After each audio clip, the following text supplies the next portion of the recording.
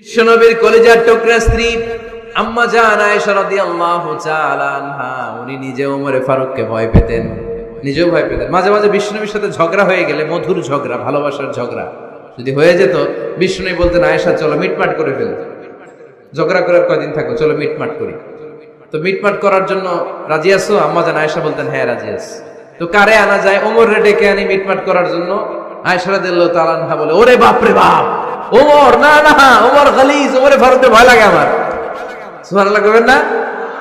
বিশ্বনবী যখন বলতেন আয়েশা তাহলে তোমার আব্বুকে ডেকে আনি, আম্মা জান আয়েশা বলতেন ঠিক আছে আব্বুরে ডেকে নিয়ে আসেন।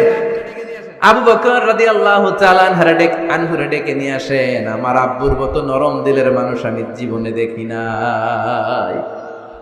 আবু বকর রাদিয়াল্লাহু তাআলা আনহু খুব নরম দিলের লোক ছিলেন, তার বিপরীতে ওমরে ফারুক ছিলেন খুব কঠিন মেজাজের।